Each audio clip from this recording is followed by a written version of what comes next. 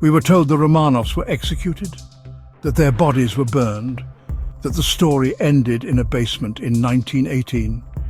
But what if it was all a cover-up? What if the Russian state faked their deaths, just like they've faked identities, documents, and history for over a century? And what if Putin's still using the exact same playbook? During the collapse of the Russian Empire, identities were forged, stolen, and buried. The secret police, the Cheka, knew control a person's story, and you control their power. The Romanovs may have vanished, but not because they were all killed.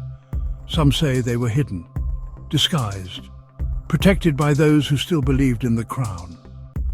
The Bolsheviks claimed all 7 family members were shot and burned in 1918. But the details were fuzzy.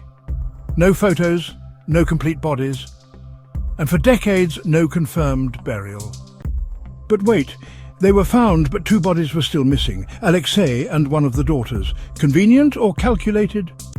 Russia declared the remains confirmed by DNA, but key scientists said the samples were contaminated. The testing rushed and access restricted. Were the bones swapped before testing the DNA? What's the point of science if the results are locked in a Kremlin vault? The state didn't want truth, they wanted closure and control. Could Alexei and a sister have escaped with help from royal loyalists? Did they arrive in Canada and then continue to America, living quietly under new names? A boy with a new identity refused to speak about his past. Some believed he was royalty in hiding. Was he supposed to be brought back to Russia at a later date, but never to return? The truth? Why do we not question the narrative once DNA plays a role? Why do some DNA experts get silenced when they go against the narrative? As a former intelligence officer, Putin learned early controlling the narrative is more powerful than bullets. And the Romanov story, it is the ultimate narrative test. From Cold War spies to modern-day deepfakes, Russia has mastered misinformation. If they could fake a royal execution, what else could they fake?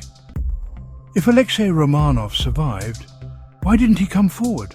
Why didn't he claim his name, his legacy, his throne? Because the world he escaped into wasn't safe. The Soviet Union had long arms and long memories. Monarchists were hunted, witnesses were silenced, and anyone tied to the Romanovs was a threat. He saw what happened to imposters. They were mocked, institutionalized, dismissed, but Alexei knew the truth wouldn't set him free. It would make him a target. Some imposters may have been planted to muddy the waters, to create noise so the signal would be lost. That's how disinformation works. Drown the truth in fiction. Maybe he knew, maybe he watched, maybe he lived his entire life with a name that wasn't his, just to stay alive. Some experts believe the Romanov bones were swapped or entirely fabricated, planted in the woods to end the questions, quiet the public, clean up history. In Putin's Russia, even history is weaponized, and the truth is treated like a threat. We were told the Romanovs died, that the DNA proved it, that the case was closed, but history isn't always true. Sometimes it's staged. And if they lied about this, what else are they lying about right now? Thanks for watching.